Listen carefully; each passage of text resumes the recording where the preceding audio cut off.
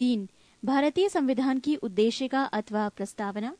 नेहरू द्वारा प्रस्तुत उद्देश्य संकल्प में जो आदर्श प्रस्तुत किया गया उन्हें ही संविधान की उद्देशिका में शामिल कर लिया गया।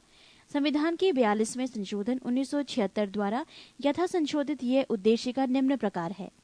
हम भारत के लोग भारत को एक संपूर्ण प्रभुत्व संपन्न समाजवादी पंथ निरपेक्ष लोकतंत्रात्मक गणराज्य बनाने के लिए तथा उसके समस्त नागरिकों को सामाजिक आर्थिक और राजनीतिक न्याय विचार अभिव्यक्ति विश्वास धर्म और उपासना की स्वतंत्रता प्रतिष्ठा और अवसर की समता प्राप्त करने के लिए तथा उन सब में व्यक्ति की गरिमा और राष्ट्र की एकता और अखंडता सुनिश्चित करने वाली बंधुता बढ़ाने के लिए दृढ़ संकल्प होकर अपनी इस संविधान सभा में आज तारीख 26 नवंबर 1949 ईस्वी मिति मार्गशीर्ष शुक्ल सप्तमी संवत 2006 विक्रमी को एतद द्वारा इस संविधान को अंगीकृत अधिनियमित और आत्मार्पित करते हैं। प्रस्तावना की मुख्य बातें। संविधान की प्रस्तावना को संविधान की कुंजी कहा जाता है। प्रस्तावना के अनुसार संविधान के अधीन समस्त शक्तियों का केंद्र बिंदु अथवा स्रोत भारत के लोग ही हैं। प्रस्तावना में लिखित शब्द यथा हम भारत के लोग इस संविधान की को अंगीकृत अधिनियमित और आत्मार्पित करते हैं भारतीय लोगों की सर्वोच्च संप्रभुता का उद्घोष करते हैं।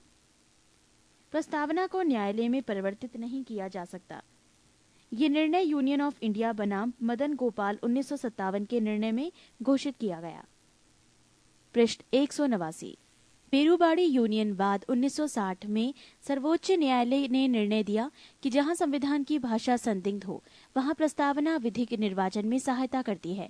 बेरूबाड़ी बाद में ही सर्वोच्च न्यायालय ने प्रस्तावना को संविधान का अंग नहीं माना, इसीलिए विधायिका प्रस्तावना में संशोधन नहीं कर सकती।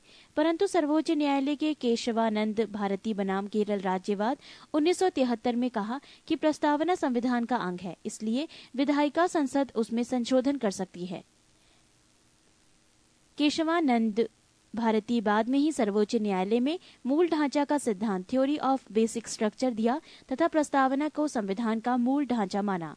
संसद संविधान की मूल ढांचा में नकारात्मक संविधान संशोधन नहीं कर सकती है। स्पष्टतः संसद वैसा संशोधन कर सकती है जिससे मूल ढांचा का विस्तार व मजबूतीकरण होता है। 42वें संविधान संशोधन अधिनियम 1976 के द्वारा इसमें समाजवादी पंथ निरपेक्ष और राष्ट्र की अखंडता शब्द जोड़े गए हैं।